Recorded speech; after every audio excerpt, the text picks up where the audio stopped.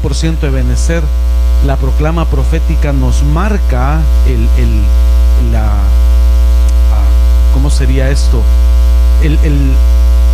Lo que Dios tiene para este año, y nos va dando la pauta de qué es lo que Él va a hacer con nosotros. Entonces, de manera que el año pasado estamos en el año de la reivindicación, y el año anterior a este, ¿en qué estábamos? Acordame, misericordia, no era misericordia, ¿qué? De la recuperación, y el anterior era el de la misericordia, así era, ¿verdad? Y el anterior era el de la revelación o reinicio. A ver si me buscas una imagen donde estén las proclamas. No, reinicio fue en el 2014, ya me acordé. La prosperidad fue el 2013. La reconciliación, correcto. Entonces esa es, digamos, la pauta de lo que Dios va a hacer con nosotros este año. Entonces nosotros empezamos a enseñar, porque mire, hermano, todo se trata de la enseñanza, todo se trata de la enseñanza. Mire qué lindo. Yo no sabía, algunas personas piensan que yo sí sabía cuál era la proclama. No lo sabía. Eso solamente lo sabe el apóstol Sergio, el apóstol Germán, el apóstol Mario, unas 5 personas creo que lo saben de toda la misión. El resto no lo sabemos. Pero Dios es tan bueno que nos da revelación a cada uno. Y si usted revisa las prédicas de las últimas 6-8 semanas, se va a dar cuenta que nos venía preparando el Señor para la proclama. Y justamente el día 31 de diciembre nos da el Señor una enseñanza. Bueno, más que una enseñanza, fue como una inyección. Yo se lo decía a usted, que era una inyección de bendición, de ánimo, una inyección de aliento. Pero si usted la revisa, se va a dar cuenta que está relacionada con la proclama.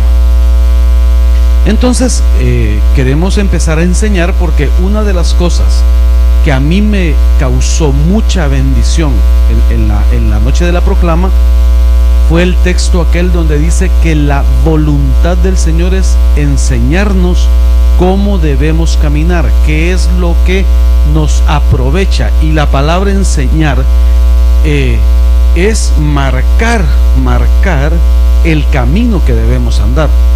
¿Quién es el camino? El camino es Cristo. Entonces, ¿sobre quién debemos caminar? Sobre Cristo. Se escucha un poquito raro, pero eso es lo que Él desea. Él dice: yo soy el camino. El camino se utiliza para caminar, pero el camino ¿a dónde? El camino al Padre. ¿De acuerdo? La meta nuestra es el Padre. Pero el Señor está interesado en enseñarnos. Entonces todo se trata de la enseñanza, todo se trata de enseñar. Por eso usted va a encontrar que en nosotros todo el tiempo estamos enseñando, todo el tiempo estamos buscando la forma de enseñar. ¿Pusiste las proclamas, hijo? O ponerlas de nuevo, por favor. Perdona que estaba en otra cosa. No importa, por lo menos para que los hermanos las vean. Ahí estamos. Mira, el año favorable fue el 97, el año de la oportunidad fue el 98, de la definición fue el 99, el año frontera fue el 2000, el año de la cosecha fue el 2001, año de la canción, de la restitución. ¿El otro de qué, pues? Ya no logro leer esas letras. El otro es el de cielos abiertos, el otro no sé qué es. El otro es el año de la presencia, el año del desafío, el año de la gracia, de la preparación, el 2010, de la conquista, el 2011, el de la libertad, el 2012, el de la prosperidad, el 2013, el de reinicio, el 2014, misericordia, 2015, el 2016 fue el año de la abundancia. Hermano, le voy a contar el testimonio un día de estos acerca del año de la abundancia, lo que Dios hizo con nosotros. El año de la revelación, el año del reposo en el 2018, el año del renuevo en el 19, el año de la reconciliación en el 2020, el 2021 sería, y la recuperación, perdón, en el 2021, y el año pasado el año de la reivindicación. Y hoy estamos en el año del reconocimiento. Ahí creo que faltan, ¿cuántas hay ahí, hijo? 5, 10, 15, 20, 25. Sí, faltan las dos, falta la del año pasado y esta. Muy bien. Pero usted me va a decir: pastor, a mí me hubiera gustado estar en el 2013 en Ebenecer por el año de la prosperidad. No se termina con el año la proclama.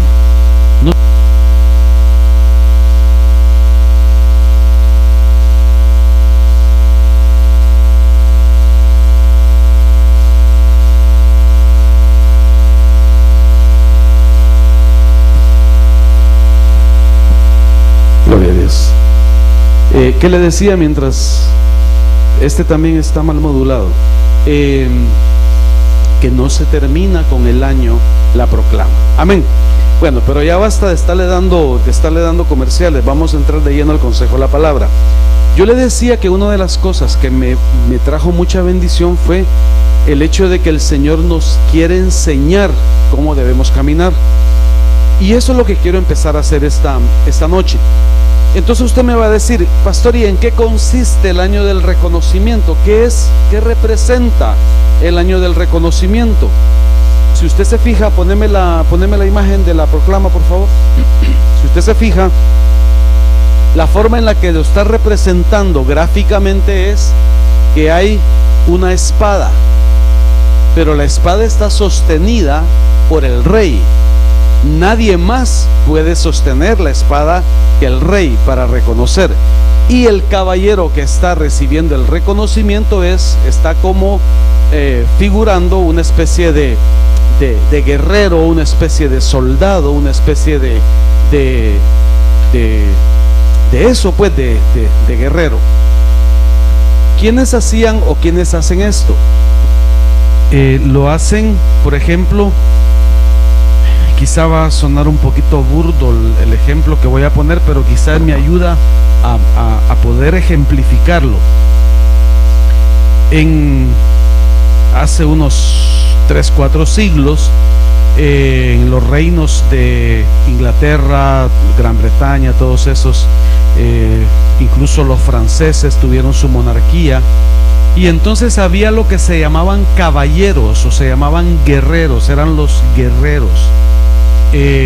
Entonces para que una persona fuera reconocido con esa categoría, con ese rango, con esa jerarquía, entonces venía y se presentaba delante del rey. En el caso de Inglaterra era la reina Victoria primero. Bueno, antes de ella fue Guillermo, no recuerdo qué número tenía. Después fue la reina Victoria por muchos años, y actualmente fue la reina Isabel. Pero en el caso de los franceses eran Luis XIV, Luis XII, Luis XIII, Luis XIV, Luis XV, Luis XVI, los que hacían este reconocimiento. ¿Y de qué se trataba? Se trataba de que le ponía la espada. Bueno, el guerrero estaba ahí, se ponía delante del rey y ponía la espada en un lado, en uno de sus hombros, y la pasaba al otro lado, y con eso entonces le daba la categoría, lo reconocía como un guerrero. En el caso, por ejemplo, no sé si alguien recuerda o escuchó o leyó Los Tres Mosqueteros, que es una obra de Alejandro Dumas, si mal no recuerdo. Habla precisamente de 3 guerreros, de 3 mosqueteros que habían sido reconocidos por el rey en esta manera. Muy bien. Por eso dije que era un poquito burdo la forma en la que se lo estoy dibujando, pero es para que lo tengamos un poquito más claro. Nosotros, y vamos a estarlo estudiando durante el resto del año, hemos sido llamados, escuche esto, hemos sido llamados a ser atletas, a ser sembradores y a ser soldados. 3 categorías. Pero para poder ser soldados, primero tenemos que pasar por la categoría de atleta y por la categoría de sembrador. Ahorita no le voy a enseñar sobre eso, se lo voy a enseñar más adelante.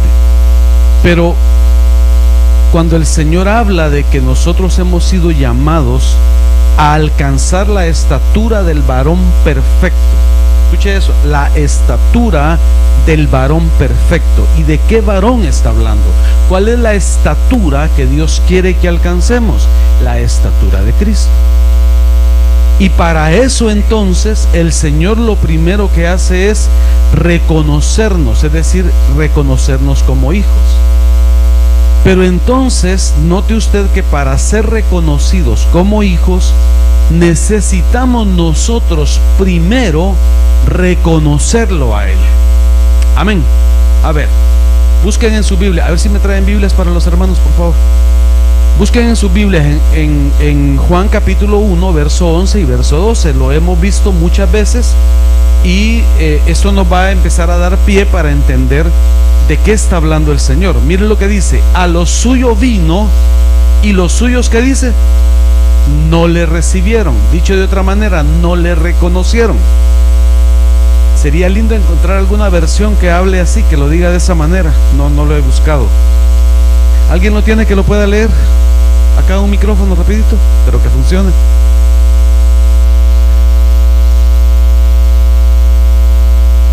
¿Quién lo va a leer? No se peleen, hermano. No sea tímido, hermano. Juan capítulo 1, verso 11 y verso 12. Se lo voy a decir yo, pues de memoria. A lo suyo vino. ¿A qué se refiere cuando dice a lo suyo vino? Se refiere al pueblo de Israel. Y los suyos no le recibieron. Pero a los que le recibieron, recibir es sinónimo de reconocer. ¿Sí? O sea, yo no puedo recibir a nadie que no reconozca. Se lo voy a ejemplificar pues. Imagínese que llegue alguien a su casa a tocar la puerta. Póngale que son 5 de la mañana, 4 de la mañana, y llega alguien a tocar la puerta a su casa. ¿Qué es lo primero que usted pregunta? ¿Qué pregunta usted? ¿Quién es? Soy yo. ¿Quién es yo? ¿Qué es lo que está haciendo? ¿Qué es lo que está haciendo? Reconociendo. Porque si le digo, entonces si la persona le dice, yo soy una persona que ando perdido y necesito que me dé posada. No, pero yo no lo conozco.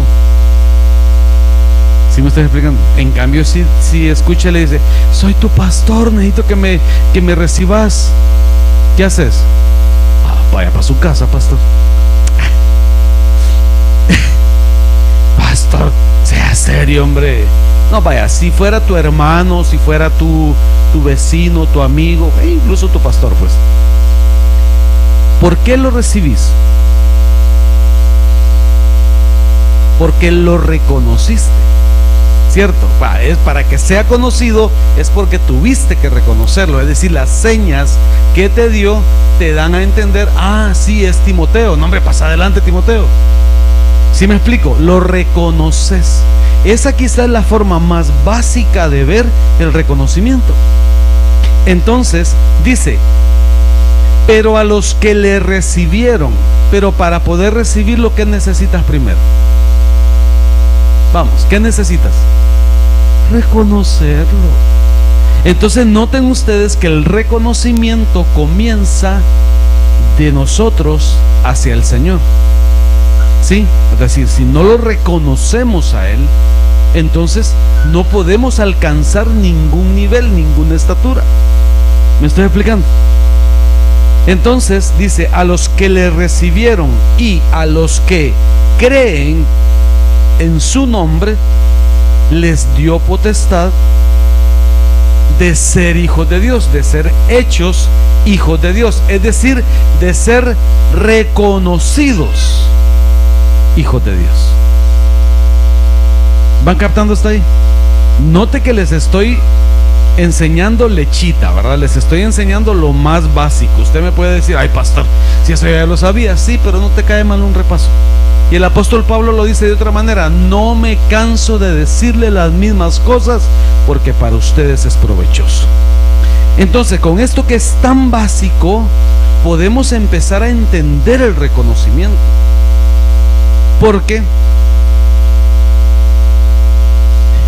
hay mucha gente que piensa que todas las personas son hijos de Dios.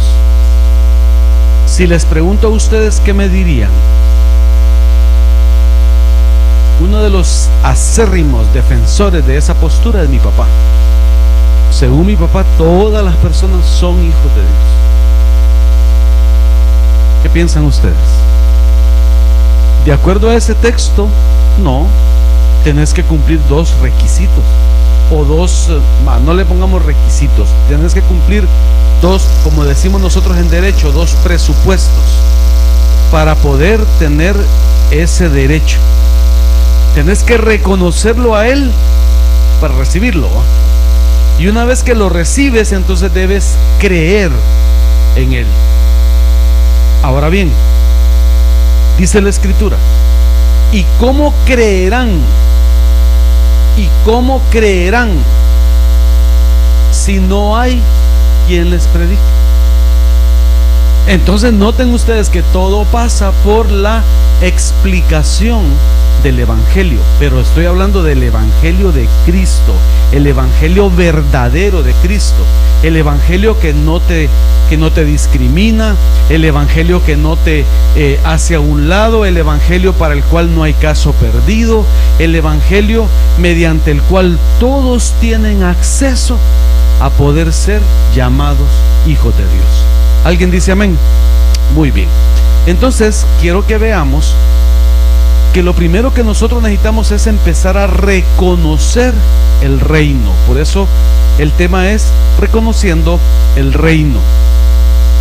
Vamos a leer el primer libro de Pedro, capítulo 1, verso 16. Como estaba bonito. No sé por qué lo cambié.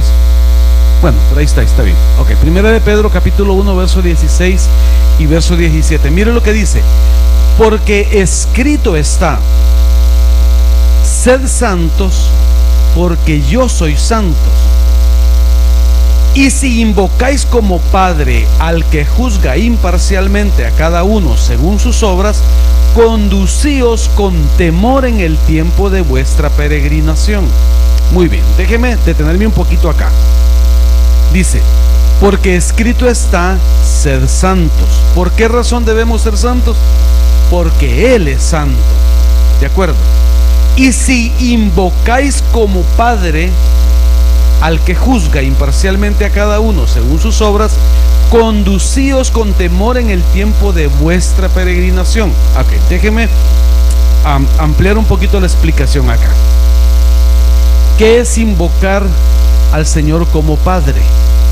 ¿Qué es invocar? ¿Qué es invocarlo como Padre? Llamarlo Padre. ¿Pero por qué lo llamas Padre? Porque lo estás reconociendo como Padre, ¿de acuerdo? Pero entonces yo no podría ir donde Nixon y decirle papá. ¿Por qué no? ¿Por qué no puedo? Porque no es mi papá, ¿de acuerdo? Entonces, si voy delante del Señor y lo invoco como Padre, es porque estoy entendiendo que hay una relación de paternidad. Amén. Sin embargo, entonces, debemos cumplir con lo que antes dice Juan capítulo 1, verso 11 y verso 12. Asumamos que ya lo cumplimos. Asumamos que ya entramos en ese proceso. Pero para poder invocar al Señor como Padre, entonces yo tengo que ser igual a Él. No sé si me estoy explicando. Y ahí es donde empiezan a tronar los chicharrones. Porque es bien facilito, hermano, llamarse cristiano y andar haciendo desmadres en la calle. No sé si me estoy explicando. No sé si se entiende lo que estoy diciendo. Es decir, es bien facilito decir yo soy cristiano. ¿Y cuántas personas andan en la calle, hermano, diciendo, y hasta diciendo incluso, yo soy evangelista, yo soy pastor, yo soy aquí, yo soy allá? Y lo que andan haciendo es viendo a ver cómo se aprovechan de los demás. No estoy criticando, pero estoy aludiendo a una realidad, a algo que es real. Entonces, ¿cómo se prueba un cristiano? Ayúdeme, ¿cómo se prueba un cristiano? Por sus frutos los conoceréis, dice la palabra. Y aquí entramos a otro asunto. Vea lo que dice el texto: sean santos porque yo soy santo, dice el Señor. Entonces, yo le he contado a usted que tengo un palo de mangos allá en mi solar. Pero este año yo no quiero mangos. Este año quiero guanábanas. Ya fui a hablar con el palo de mangos. Ahí me puse a hablar con él y dije, mira, palito, qué rico estaban los mangos que me diste el año pasado, pero este año yo quiero guanábanas. Y yo este año voy a cosechar guanábanas. ¿Qué piensa usted? Loco el pastor, pa. Sí. El desvelo del 31 lo tiene norteado. ¿Por qué? ¿Por qué usted se ríe? ¿Por qué se ríe usted? Porque lo que estoy diciendo es imposible. Porque es imposible. Pero ¿por qué razón el palo de mangos no puede dar guanábana? Vamos, ayúdenme. Mientras tanto, búscame un texto que dice que si la raíz es santa, luego las ramas también son santas. ¿Por qué, hermano Saúl? Porque la naturaleza del árbol, por la genética, la naturaleza, porque las raíces, hermano, todo lo que usted quiera decir, todo lo que circula en su genética es el de mango. Es más, podría pedirle un mango que sea más grande del que él da. Ya lo puse un poco más fácil. Siempre quiero cosechar mangos porque ya entendí que es mango, pero no lo quiero así pequeñito y dulcito, lo quiero grande y un poquito ácido. ¿Podría? No, porque él es tan bien marcado su naturaleza. Entonces, de la misma manera, nosotros, al entrar en este proceso de ser hijos de Dios, de ser reconocidos hijos de Dios, comenzamos el proceso mediante el cual las obras viejas, ¿qué dice? Pasaron. No, pero es que ahí está mal traducido, porque lo que dice es las obras viejas van pasando, o las cosas viejas, mejor dicho, van pasando, es decir, que van saliendo de nuestra vida. Y he aquí todas van siendo hechas nuevas, es decir, es un presente continuo, porque no se trata, no es posible cambiar a una persona en un instante. Eso no existe. Eso no existe, y yo no lo veo en la escritura. Yo lo que sí veo es, incluso en el texto que leímos, dice que los que lo recibieron y creen en su nombre les dio potestad de llegar a ser, es decir, que es un proceso. ¿Sí me estoy explicando hasta ahí? Entonces, ¿cuál sería nuestra meta de acuerdo a este texto? ¿Cuál sería nuestra meta? Llegar a ser santos. Vaya a buscar, ahí en el YouTube está, cuando yo le expliqué a usted hace como unos 4 o 5 meses acerca de los dos tipos de santidad que hay, que es la santidad posicional y la santidad progresiva. La santidad posicional ya la tenemos, de acuerdo a 1 Corintios 6:11, y la que estamos buscando es la santidad progresiva, es decir, cada día parecerme un poquito más a Cristo. Cada día un poquito más, cada día un poquito más, un poquito más, un poquito más. Amén. Vaya, pero ya no me quiero detener aquí porque quería mostrarles eso. Pero déjenme ver esto. Siempre hay en 1 de Pedro, capítulo 1, verso 18, el verso que sigue: sabiendo que habéis sido rescatados de vuestra vana manera de vivir, recibida de vuestros padres, no con cosas corruptibles como la plata o el oro, sino con ¿qué? Sino con la sangre preciosa como de un cordero sin defecto ni tara, la de Cristo. La de Cristo. Entonces, ¿cómo es que recibimos nosotros esa posibilidad de ser reconocidos como hijos? Porque lo hemos recibido por la sangre de Cristo. Amén. Y por esa razón, el 31 que estábamos hablando de la cena del Señor, yo le decía a usted, la cena del Señor, el cuerpo y la sangre de Cristo, transmite su genética a nosotros. Y poco a poco entonces vamos siendo más como Él. Cada vez que nos exponemos a la cena del Señor, que nos exponemos a su palabra, que nos exponemos al Espíritu Santo, Él nos va transformando día con día, dice la Escritura. Verso 20 y verso 21, hablando de Cristo, reconocido desde antes de la creación del mundo y manifestado en estos últimos tiempos en atención a vosotros, dice, los que por Él creéis en Dios, que lo resucitó de entre los muertos y le dio la gloria, de modo que vuestra fe y esperanza estén puestas en Dios.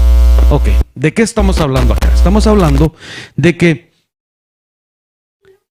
para poder nosotros, escuche esto, para poder nosotros ser reconocidos hijos, debemos antes reconocer a Cristo, quien a su vez, oiga, no solamente ha sido reconocido por nosotros, dice que fue reconocido, hablando de Cristo, desde antes de la creación del mundo, porque Él es eterno. ¿Sí me estoy explicando? Entonces no vamos a ser los primeros en reconocerlo. Él ya es reconocido, ¿verdad?, como Dios, y lo que hacemos nosotros es en nuestro espacio finito de existencia, aprender a reconocerlo, hermano. Hay un texto que dice, ¿me encontraste el texto de la raíz? Léelo por favor, porque después ocupo otro texto. Romanos 11:16. Y el primer fruto es santo, también lo será el todo. Y la raíz, y si la raíz es santa, también lo serán las ramas. Entonces, ¿cuál es su raíz? ¿Cuál es su raíz? Santa. Y de esto, hermano, de esto podemos hablar por horas. Porque incluso dice la Escritura que nosotros fuimos injertados en el olivo. Nosotros que éramos olivos silvestres fuimos injertados en el olivo. Entonces, ¿nuestra raíz cuál es? Nuestra raíz es Cristo. Y si nuestra raíz es Cristo, entonces nuestras ramas tienen que tener la misma genética de Cristo. Entonces la gran pregunta es, ¿cómo están siendo nuestros frutos? Silencio en la iglesia de Cristo. Vuelvo a preguntar, ¿cómo están siendo nuestros frutos? Porque todo el propósito de estar aquí parado enseñándole a usted es que todos juntos, incluyéndome a mí, podamos cambiar nuestra forma de pensar, y cambiando nuestra forma de pensar, también cambiemos nuestra forma de actuar. ¿Sí me estoy explicando? Es decir, porque si no, entonces, ¿qué sentido tiene? Si nosotros no vamos a cambiar nuestra forma de hacer las cosas, entonces nunca vamos a poder salir de donde estamos. Si quieres seguir teniendo los mismos resultados, puedes hacer lo mismo. Me estás cambiando el sonido, hijo. ¿Qué le decía después de que me interrumpieron? Ahí estaba bien, hijo. ¿O hay algún problema? Bueno, ahí se los dejo que lo resuelvan. ¿Qué le estaba diciendo después de que Jonathan me interrumpiera? A ver si estaba en clase usted. Si nosotros aprendemos a dar frutos de acuerdo a lo que Cristo hace, entonces vamos a empezar a caminar de una manera más liviana. ¿Me estoy explicando, hermanos? Mire, nosotros pareciera que nos acomodamos, hermano, pareciera que nos fijamos más, muchas veces nos fijamos más en lo que los demás hacen o dejan de hacer, en lugar de ver lo que nosotros mismos no estamos haciendo bien o estamos dejando de hacer bien. No sé si me estoy explicando. Porque es que para señalar, hermanos, somos, pero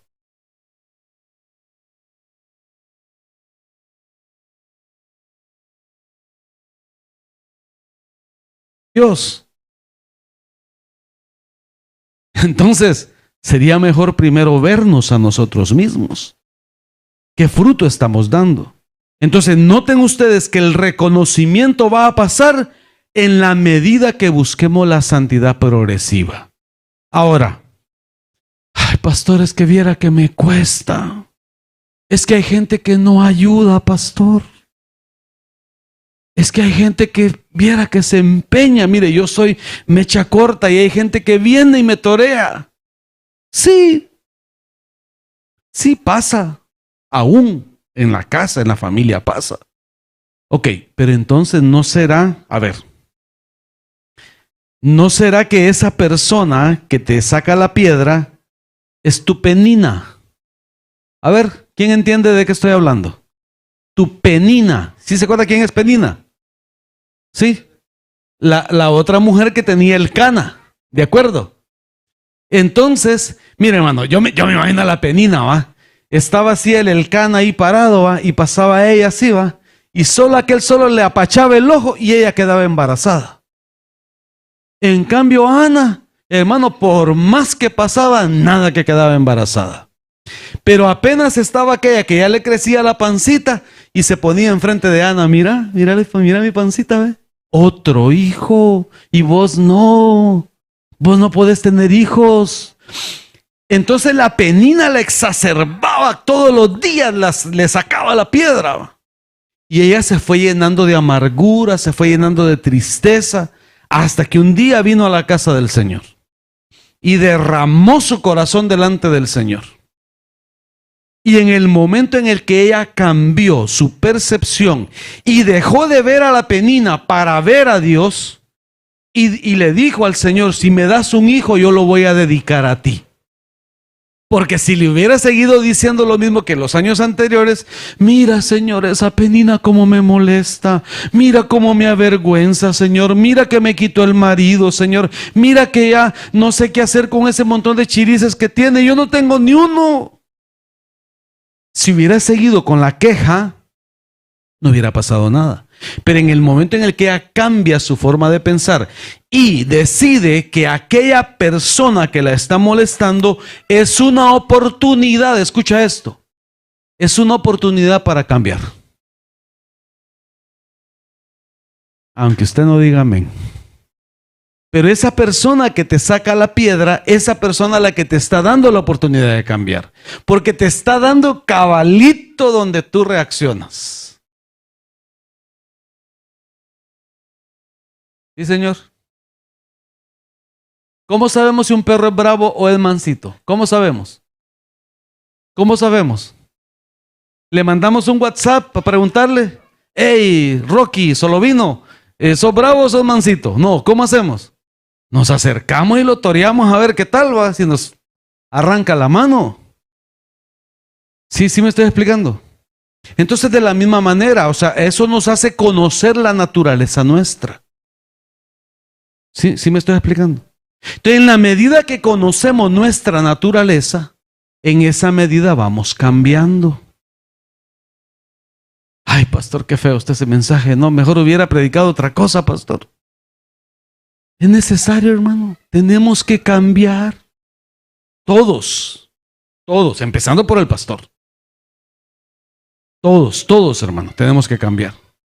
Porque, hermano, ¿quién de los que estamos aquí ha alcanzado la estatura del varón perfecto?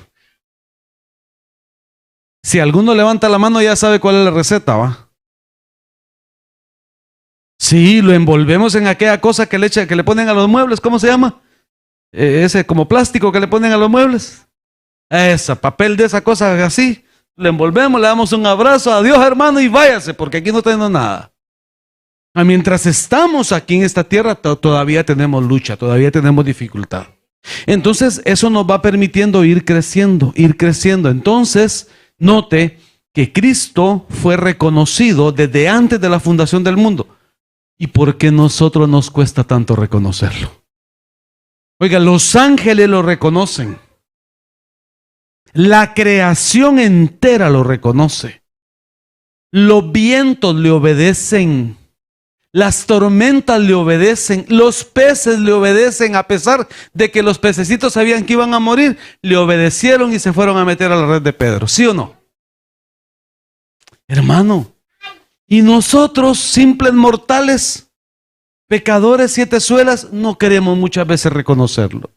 Nos creemos más importantes que el resto de la creación. ¿No le parece que necesitamos un poquito de humildad, hermano? Ya no voy a seguir hablando mal de todos.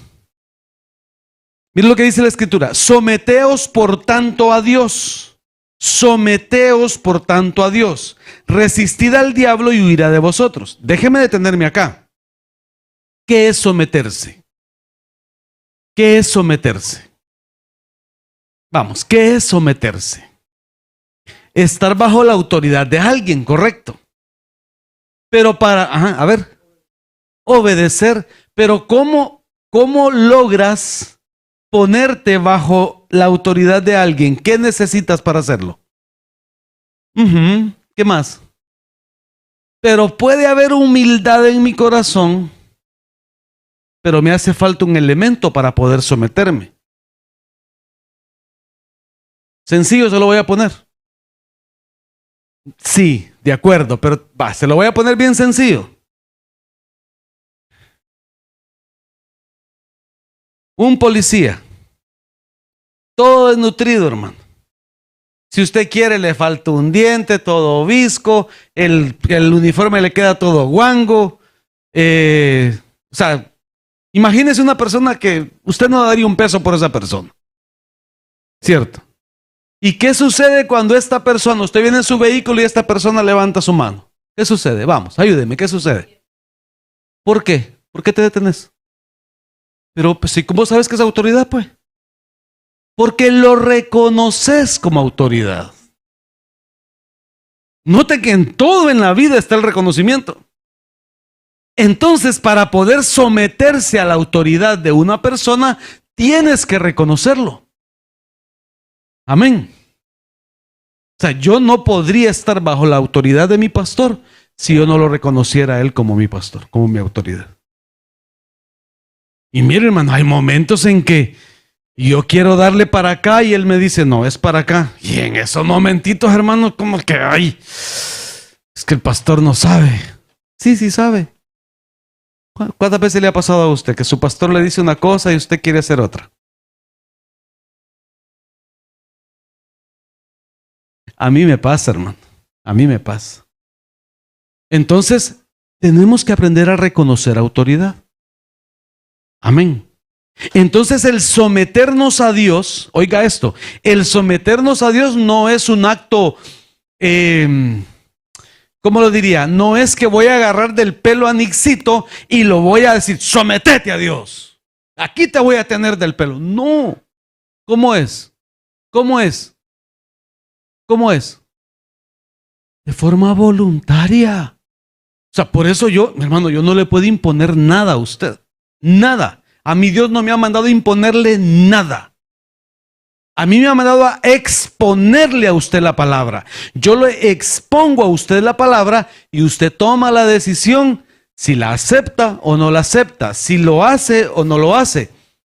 Si lo hace, le va a ir bien, hermano. Si no lo hace, va a tener que volver a atravesar la misma prueba. No sé si me estoy explicando. Entonces, mi deber es enseñarle la palabra, pero la decisión de someterse es suya. Amén, hermano.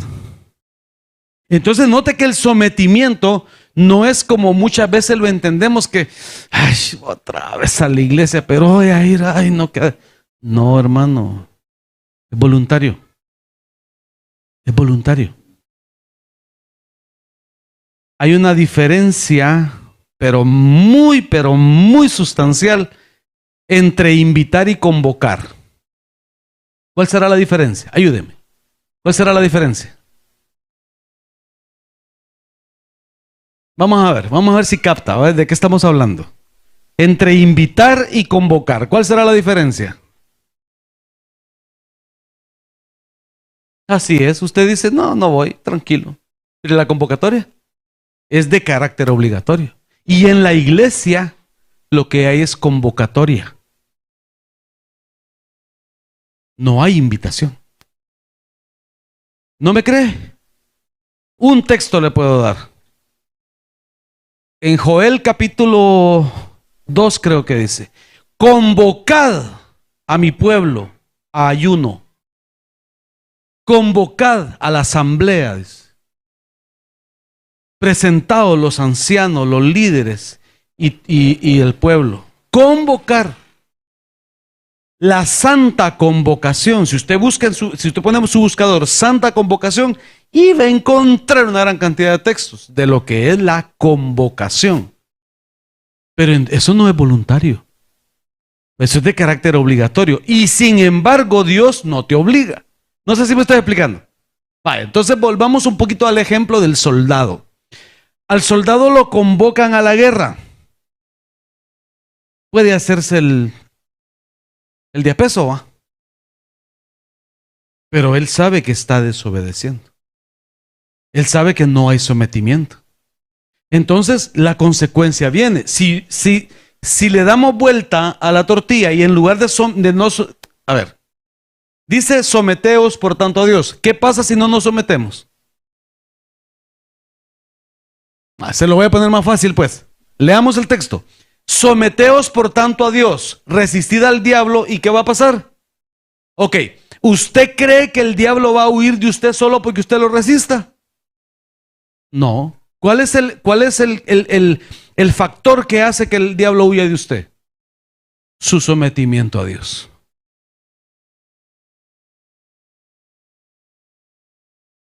Ay, pastor, no me gusta ese mensaje. Démosle vuelta a la tortilla, pues. ¿Y qué tal si no te sometes? Mire, hermano, hoy me dieron una noticia que de verdad me ha dolido. De verdad me ha dolido. Muchacho que hemos estado ahí ayudándole, ministrándolo y bueno, hemos estado ahí. Lo detuvieron hoy. Y me ha dolido tanto porque yo solo me imagino a un hijo mío metido en una Bartolina. Y no, como yo nunca he estado en una Bartolina, no sé realmente qué es, pero sí sé por lo que he visto. Entonces me ponía a pensar yo en este muchacho. ¿Cuántas veces yo le dije, mira papito, venite a la iglesia? Mira papito, atende esto. Mira papito, atende el consejo. Mira papito, deja eso, deja esta junta, deja este otro muchacho. No te conviene. No se sometió. Y como no se sometió, vino la consecuencia. Dios es un Dios de oportunidades, hermanos. Sin duda Él va a tener una oportunidad. Y yo les suplico a ustedes que oren por Él. Ustedes saben de quién estoy hablando. Y Dios lo va a sacar de ahí. Y yo espero que eso sea suficiente para que Él pueda comprender y que podamos verlo acá y que podamos verlo gozándose en el Señor y que podamos tenerlo en una situación diferente. Pero ¿qué necesidad tenía de pasar por ahí? No sé si me estoy explicando. Entonces mejor por las buenas, hermano. ¿Se acuerda? Con anestesia. ¿Se acuerda, va? Hermano, déjeme avanzar. Dios santo, ya llevo 20 minutos predicando, hermano.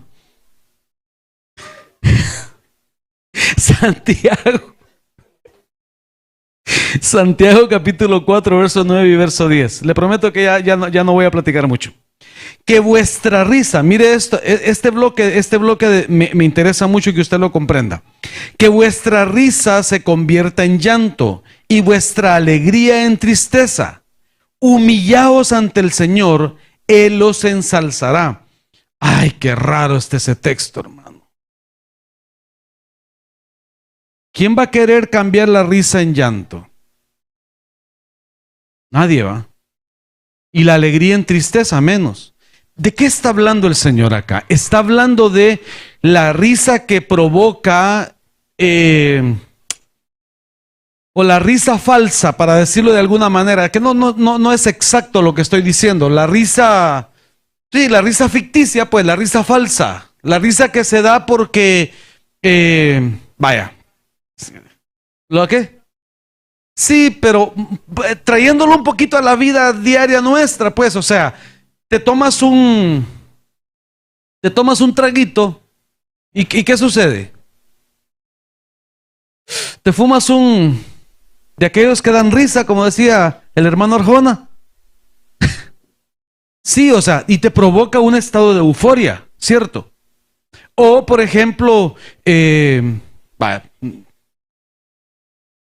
estás con una persona que no es tu esposa o una persona que no es tu esposo y te sientes en las nubes con esa persona, pero eso es ficticio. ¿Sí me estoy explicando? Note de qué está hablando el Señor. Está hablando de esa risa, de esa alegría que es causada por el propio pecado. Porque esa risa, esa alegría causada por el pecado se va a convertir en llanto en algún momento. ¿Sí? Porque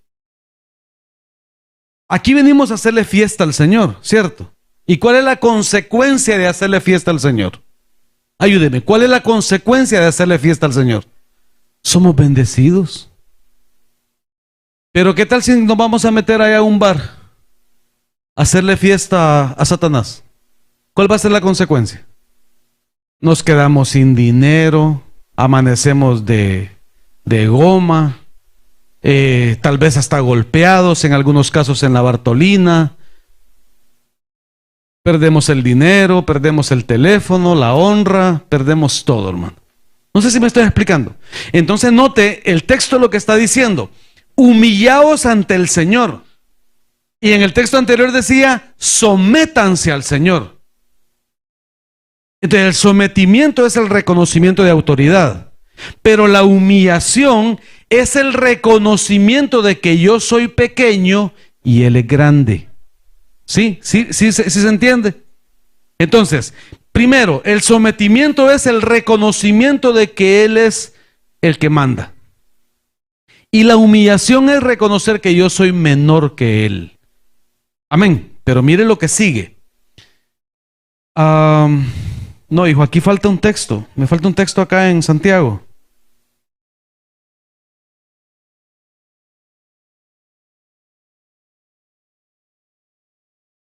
Déjeme buscárselo rapidito.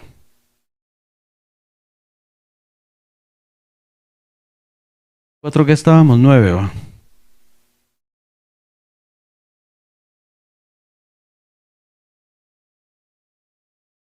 Mire esta otra versión. Qué linda está esta versión. Derramen lágrimas por lo que han hecho, que haya lamento y profundo dolor, que haya llanto en lugar de risa y tristeza en lugar de alegría. Humíllense delante del Señor y Él los levantará con honor. Es que creo que era... Sí, era el verso... No, está completo. Perdonen, hermanos. Perdonen. Ahí está completo. Qué bueno que les di la versión NTV. Hebreos capítulo 2, verso 1. Dice: por eso debemos poner, miren lo que dice. Ya, note que todo lo que le he estado enseñando hasta acá tiene que ver con el reconocimiento de nosotros hacia Dios. ¿Sí? Ok, entonces vea la conclusión que el mismo Señor nos da. Por eso debemos poner más interés en el mensaje de salvación que hemos oído, para no apartarnos del camino que Dios nos señala. Y note que este texto está directamente relacionado con el texto que miramos al 31, acerca de enseñarnos del Señor. Verso 2. Si el mensaje que anunciaron los ángeles resultó ser verdad, quienes no lo obedecieron recibieron el castigo que merecían. Verso 3. Con más razón seremos castigados nosotros si no, ¿qué cosa? Si no reconocemos el gran valor de la salvación que Él nos ofrece. Porque el Señor Jesús mismo fue el primero en comunicar el mensaje de salvación, y después los que oyeron ese mensaje nos demostraron que era verdad. ¿Cuál es la conclusión de todo esto entonces? Note usted, dice que seremos castigados si no reconocemos. Ahora bien, le hago una pregunta: ¿quién nos va a castigar? Porque aquí es donde empieza un poquito a entrar la teología en un conflicto. ¿Quién nos va a castigar? ¿Quién?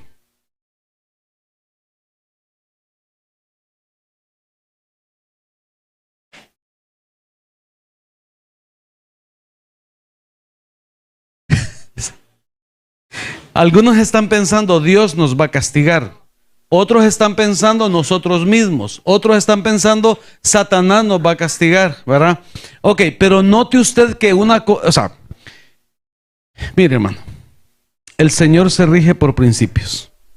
Y dice la Escritura: no os engañéis, Dios no puede ser burlado, porque todo lo que el hombre siembre, eso va a cosechar. Amén. Entonces, que nadie diga que es tentado de parte de Dios, porque Dios no tienta a nadie, dice la palabra, sino que ustedes de su propia concupiscencia, dice, hacen germinar la semilla del pecado. Así dice la Escritura, hermano.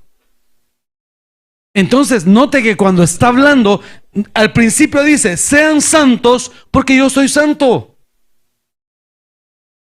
Porque si no, hermano, entonces dice: vamos a ser castigados, pero no por Dios, sino por nuestra propia mano.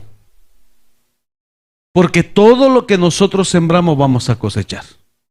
Amén. ¿No les parece que debemos empezar a sembrar bien? ¿No les parece que un propósito de vida de este año es sembrar correctamente? Si sembramos amor, ¿qué vamos a cosechar? Amor. Si sembramos dinero, ¿qué vamos a cosechar? Dinero. Si sembramos cariño, ¿qué vamos a cosechar? Pero si sembramos desprecio, desprecio. Si menospreciamos una salvación tan grande, entonces vamos a ser castigados por nuestra propia forma de actuar. Amén, hermanos. Amén, hermanos. ¿Verdad que ya se puso un poquito mejor el mensaje al final? Aunque el Señor nos está confrontando, oiga, nos está confrontando a nosotros mismos. Porque de eso se trata al final. ¿De qué sirve, hermano, que estemos todo el año aquí y empezamos desde el 1 de enero hasta el 31 de diciembre y seguimos siendo lo mismo? Sin mejorar. No tendría sentido. ¿Cuántas peninas tenés en tu vida? ¿Alguien tiene una penina en su vida? Sí, va. Yo también tengo una, hermano. Bueno, varios. Esa penina que te saca la piedra todos los días, esa es tu oportunidad para mejorar. ¿Por qué no empiezas a sembrar en esa penina? ¿Por qué no? ¿Y yo de quién seré penina? Digo yo. Póngase de pie, hermano, quiero bendecirlo esta noche. ¿Hay alguna pregunta? Amén, vamos a ver. A ver, un micrófono ahí para la hermana que tiene una pregunta. Sí. Ay, Dios santo, perdón, hermana.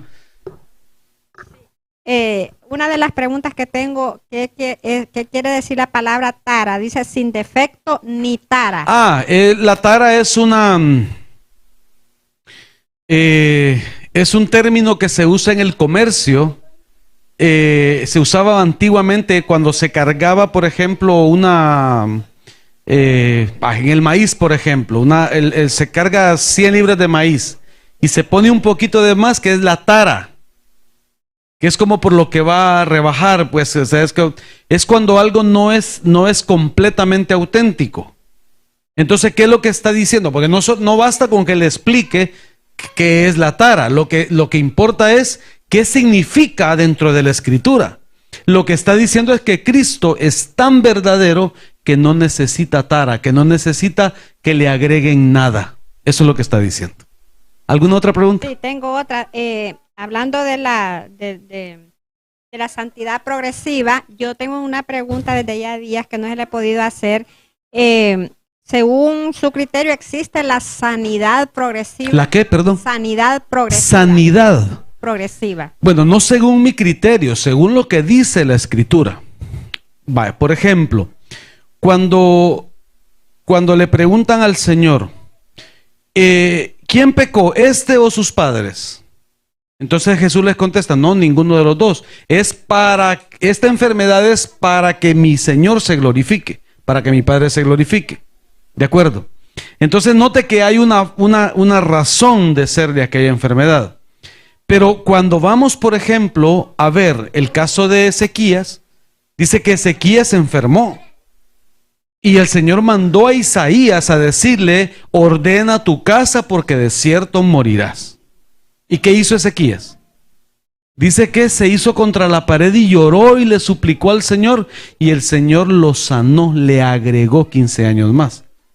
Entonces ahí podemos ver dos ejemplos, pero también podemos ver cómo el mismo Ezequías era tratado con emplastos de higo. Entonces, sí puede haber sanidad progresiva, claro que sí. Porque hay ¿por qué le dice el Señor a Ezequías que ordene su casa? ¿Por qué razón? Porque estaba desordenada. ¿Y no será que el desorden de su casa era lo que había provocado su enfermedad? ¿Y no será que en la medida que él ordenara su casa, él iba a recuperar su salud? De la misma manera, hermano, que nosotros podemos ir recuperando la salud en la medida que vamos abandonando las cosas que nos afectan, especialmente si hay pecado. Entonces sí hay sanidad progresiva, claro que sí. Yo había entendido la sanidad progresiva, por ejemplo, si usted ora por un enfermo ahorita, el enfermo ahorita, el Señor no lo sana, porque sabemos que es el Señor el que sana, no es Por uno. supuesto. Pero no se sana, el Señor no lo sana ahorita, pero se va para su casa, se acuesta y otro día ya se ya pero eso no es que no sea es sanidad sanidad. progresiva. Yo diría que no es sanidad progresiva, es como sanidad diferida. Como el Señor haciendo primero algo en su alma, porque ese es otro tema. Cuando el Señor no sana a alguien en el acto, es porque está tratando con su alma. Entonces es probable que sea el día siguiente, una semana después, un mes después, que va a recibir la sanidad, pero antes el Señor necesita tratar con el alma de esa persona. Y tal vez en ese lapso que va a su casa, entonces el Señor trata con él se arrepiente, él confiesa su pecado, entonces el Señor lo sana. Entonces, ¿sanidad qué dice es esa? Como sanidad diferida. Diferida. Ajá. Diferida en el tiempo, por supuesto. Y en el ejemplo de los leprosos que le dijo que se vaya a presentar ante los sacerdotes. Ahí creo en el que camino se fue sanando. Bueno, ¿qué ejemplo tan perfecto ese? Mire qué ejemplo tan perfecto. Porque, ¿qué recibieron ellos de parte de Jesús? ¿Qué recibieron? Una palabra, una orden. Entonces, ¿qué era lo que Jesús esperaba de ellos? Que obedecieran. Entonces, ¿dónde estuvo el efecto de la sanidad? En la obediencia de ellos. Cuando ellos agarran camino porque, a ver, ellos se fueron obedeciendo a Jesús porque eso era lo que marcaba la ley. Eso era lo que marcaba la ley, que tenían que presentarse delante del sacerdote. Si ellos no le hubieran creído a Jesús, no se hubieran sanado. ¿Sí me estoy explicando?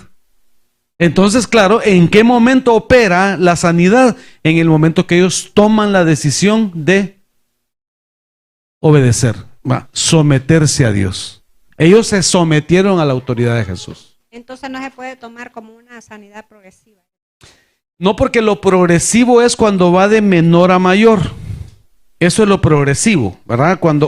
El texto dice que la senda del justo es como la luz de la aurora. La aurora es 3, 4 de la mañana, por ahí más o menos. ¿Cómo está a las 3 de la mañana? Bueno, usted está durmiendo a esa hora, pero los que madrugamos, ¿cómo? ¿Cómo? Hay oscuridad. Pues que a las 8 de la madrugada que usted ya se despierta y hay luz bastante. Ok, pero a las 4 de la mañana está oscuro. Pero entonces usted va viendo cómo poco a poco se van dispersando las sombras. Eso es lo progresivo. O sea, cuando vamos de menor a mayor, cuando vamos de la oscuridad hacia la luz, hasta que el día es perfecto. ¿En qué momento del día es perfecto? ¿En qué momento? En punto de las 12. El sol está sobre el cenit. Ese es el día perfecto. Es decir, ¿y cuál es tu día perfecto? ¿O cuál sería el momento del día perfecto en tu vida? Ya los puse a pensar otra vez. El día en que te presentes delante del Señor, ahí va a estar perfecto tu día. De mientras tanto, necesitamos seguir sacando oscuridad. Claro, a las 11 de la mañana ya no se mira que hay oscuridad.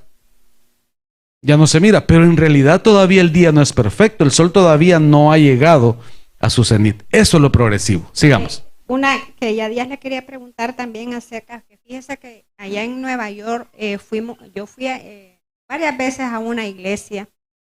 No vaya a mencionar la iglesia, no la voy a mencionar. No, okay. Ya ni me acuerdo cómo se llama. Mejor así. Fíjese que había un momento como aquí, ¿verdad? Usan de profecía.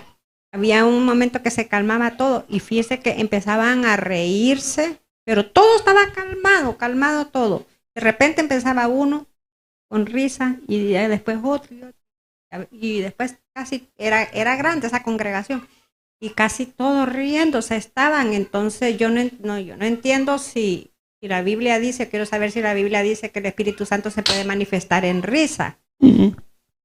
Sí. Eso es lo que quiero saber yo. Él es soberano. Eso, Mire, él hace, la he tenido siempre. Él hace lo que él quiere. ¿verdad? Sin embargo, pero vamos a empezar poniendo un poquito de cimiento a la respuesta. Lo primero es que nosotros no tenemos ningún tipo de autoridad para juzgar si aquello es o no es de Dios. No nos podemos meter a ese campo porque podríamos estar juzgando algo que es de Dios, pensando nosotros que no. Que no nos haya revelado a nosotros eso el Señor es otra cosa. Ok, entonces lo primero es eso, no vamos a juzgar de ninguna manera. Porque en la escritura dice, hablando Gamaliel con el resto de los que estaban persiguiendo a los cristianos, les dice Gamaliel, oigan, pero fíjense que hace un tiempo se levantó Teudas y reunió como a 400, pero pronto se dispersó. Después se levantó otro que se llamaba Judas y levantó otro grupo, pero pronto se dispersó. Entonces les dice Gamaliel, yo les aconsejo que no se metan con ellos, no sea que se encuentren peleando contra Dios. Ahí está en Hechos, ¿qué será eso? Quizá como 8, 7, por ahí tendría que estar. ¿A qué me refiero con esto? Nosotros consideramos, de acuerdo a la Escritura, eso es nosotros, Ebenezer, consideramos, de acuerdo a la Escritura, que Dios es un Dios de orden. ¿De acuerdo? Sin embargo, el mismo concepto de que Dios es un Dios de orden es el mismo concepto que la Iglesia Bautista usa para entender que no deben haber manifestaciones del Espíritu Santo. Entonces dicen que nosotros somos desordenados porque danzamos, porque gritamos, porque lloramos, porque nos reímos. ¿Me explico? Entonces, ¿quién le puede decir a Dios lo que debe o no debe hacer?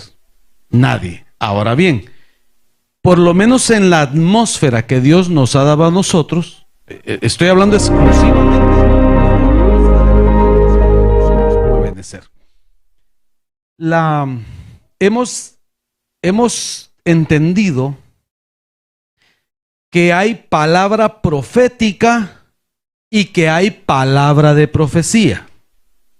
La palabra profética, préstame tu Biblia, la palabra profética es lo que está escrito acá.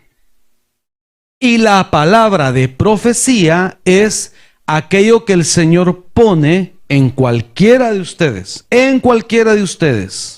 El Señor decide usar a quien se quiera dejar usar para declarar una palabra. Entonces, esta palabra de profecía, ¿cuál debe ser la validación que debe tener? ¿Cómo se certifica que esta palabra de profecía viene de parte de Dios? Tiene que estar conforme a la Escritura. Conforme a la Escritura. Entonces, ¿qué dice en el capítulo 12 de 1 de Corintios?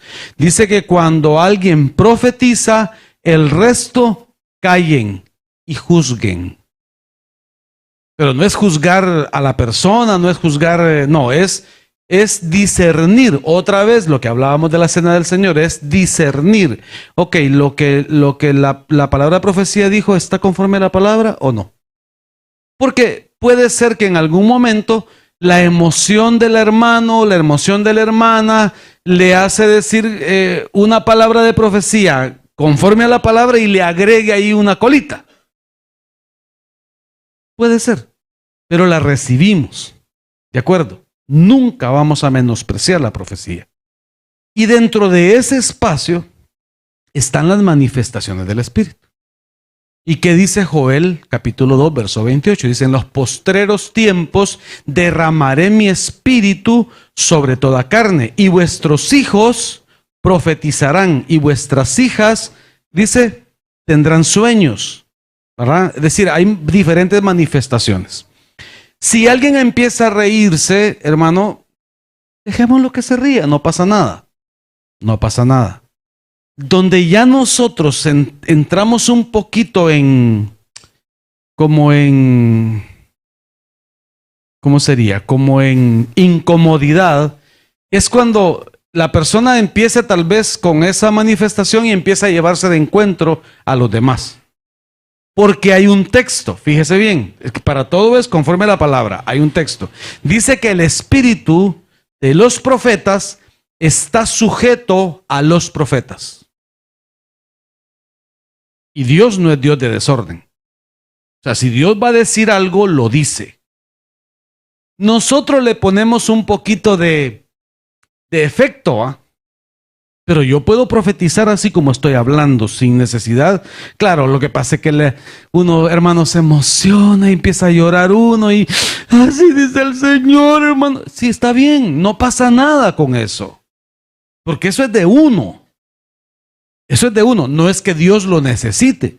No, yo te profetizo sin necesidad ni de despeinarme. ¿De acuerdo? Ok, pero ¿cuál es el punto? La danza, por ejemplo, la danza para nosotros debe ser ordenada. O sea, no significa que usted, al contrario, todos deberíamos danzar. Pero no vamos a estar danzando y golpeando al hermano. O sea, no, porque entonces ya no. No sé si me explico. Entonces hay manifestaciones espirituales que sí, pero que en la atmósfera nuestra no se dan. Hermano Saúl.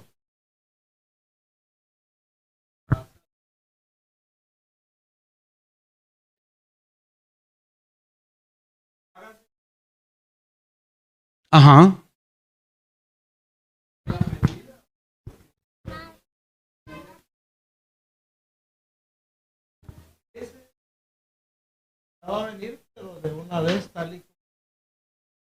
Sí, sí, vaya, pero otro ejemplo, no de sanidad, bueno, ya cambiamos un poquito el tema, pero no de sanidad, pero sí de el efecto milagroso, de la acción milagrosa del Señor.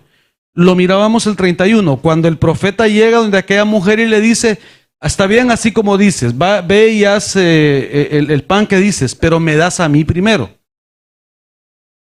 Tuvo que tomar una decisión esa mujer. Y solo, yo me imagino que ella, que le salió un bollo de pan, una hogaza de pan le salió. Y cuando el pan se estaba horneando, ella vio que solamente era un pan. Y tuvo que decidir, ¿se lo doy a mi hijo o se lo doy al profeta? En el momento en que ella toma la decisión de dárselo al profeta, el Señor opera el milagro. Entonces ahí lo progresivo fue la fe de ella. Entre recibir la palabra del profeta, ir. ¿Cuánto tiempo tomará eso? ¿Qué dice Gloria? ¿Alguien más hace pan acá? Usted hace pan, ¿verdad? ¿Alguien más hace pan acá? ¿Vos haces pan? Ah, pues nadie hace pan, solo Gloria hace pan. Vos sos bendito, mira vos. ¿Cuánto tiempo toma para preparar el pan? ¿Cuánto será? 1 hora, como hacer las baleadas, más o menos, ¿cuánto toma? Y comértelas en 1 minuto. Bueno, más o menos entonces, imagínense eso.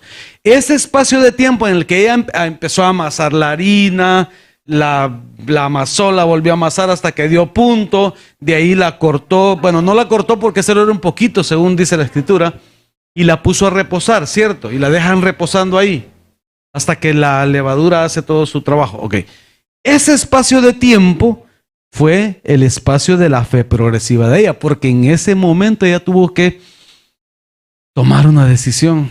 ¿Le doy o no le doy? No, progresiva. Sí, es que lo diferido es en el tiempo, lo diferido es en el tiempo, y lo progresivo es lo que va creciendo. Amén, hermanos. ¿Alguna otra pregunta? Esta se está poniendo buena. Así sí me gusta que me pregunten.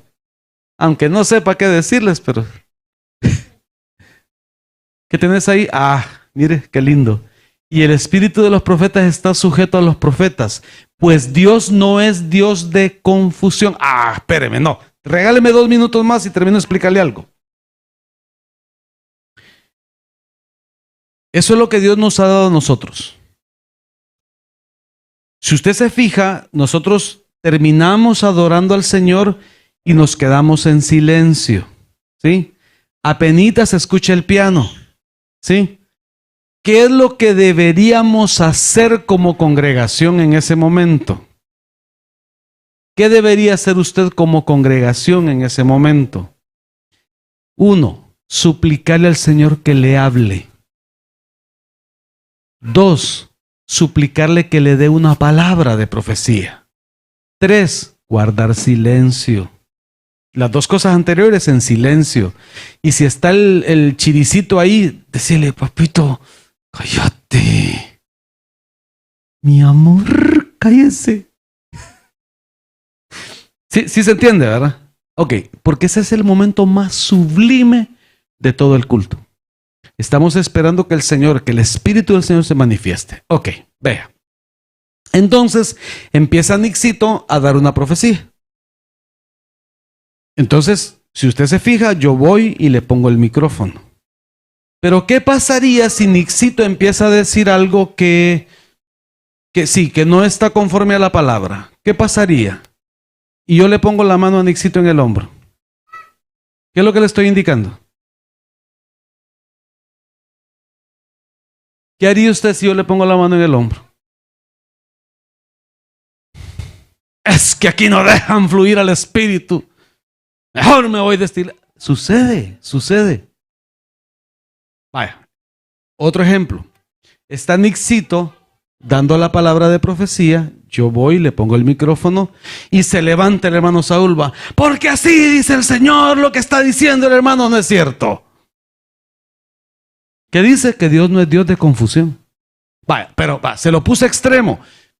Está el hermano dando su palabra de profecía y se levanta el hermano Saúl y empieza a dar su palabra de profecía también. ¿Estará correcto? ¿Cuál es la orden que da la Escritura? Que el resto calle. Ajá. ¿Qué sucede si el hermano Saúl se levanta y empieza a hablar en lenguas? ¿Qué sucede? ¿Qué es lo que se espera? Que haya un intérprete, no un traductor, es un intérprete. Entonces, el hermano da su mensaje en lenguas y el Señor habilita a Víctor para que dé la interpretación de aquello. Pero ahí tiene que esperar a que termine y hacer. Lindo, hermano. Lindo. Vamos. ¿Cuántos turnos de profecía deben haber? ¿Cuántos turnos? Imagínense en San Pedro que se reúnen 10,000 personas. Y la escuela, lo que es la escuela profética, la escuela de profetas, tiene más de 500 personas. Y todos están ahí, con el hermano Ramón. Todos profetizan. Y todos quieren profetizar. Por supuesto. Por supuesto. Y le garantizo que de los 500, por lo menos a 100 el Señor les dé una palabra. ¿Cuándo terminaría el pastor Germán, hermano? Entonces, ¿qué es? Es orden. Entonces, lo que hace el hermano Ramón, que es el encargado de la escuela profética, entonces él va decidiendo quién va a dar la palabra de profecía. Y cuando el pastor, o si viene el pastor Germán, y él personalmente le pone el micrófono a cada uno, y llega un momento que el pastor Germán le dice al que está dirigiendo la alabanza una señal, y ya sabe que cuando termina él, ya. ¿Qué sentido tendría que se enojen los demás? Porque, de acuerdo, pero no, claro, pero es parte de la humildad que debemos aprender. Les voy a contar algo más. A mí me reconocieron como ministro primario en San Pedro. Yo llego a San Pedro, voy entrando y le digo, yo soy pastor. Y hermano, me llevan allá al frente, me ponen en un lugar privilegiado, muy lindo, muy bonito. Estamos en el culto y el Señor me da una palabra de profecía. Pregunta, ¿podría yo dar esa palabra de profecía? Tengo que venir a decirle al hermano Ramón, porque él es la autoridad ahí. Y cualquiera podría decir que yo tengo más autoridad porque soy ministro primario y él es un ministro secundario. Pero no. Amén. Yo vengo a preguntarle al hermano Ramón, el Señor me dio una palabra, ¿puedo darla? Y él decide si me permite darla o no. Es más, el Señor me dio a mí una palabra ahí cuando el hermano Adinosca estaba enfermo, me dio una palabra. Y el hermano Ramón no me permitió darla. Y era para que yo se la diera al pastor Germán. No, ¿y por qué me voy a enojar? Yo sé que el Señor me habló, pues, pero la palabra era para el pastor Germán, no era para la congregación. Esa es otra cosa. Hay palabras que es para una persona determinada. Generalmente es para el pastor. Está bonito el tema, hermanos. Yo anhelo que todos profeticen. Que todos profeticen. Pastor, pero yo no sé cómo hacerlo. Deja que el Señor te use, deja que fluya. Y si te salen los mocos, hermano, y no se te entiende lo que decís, no te preocupes, tranquilo. Tranquilo.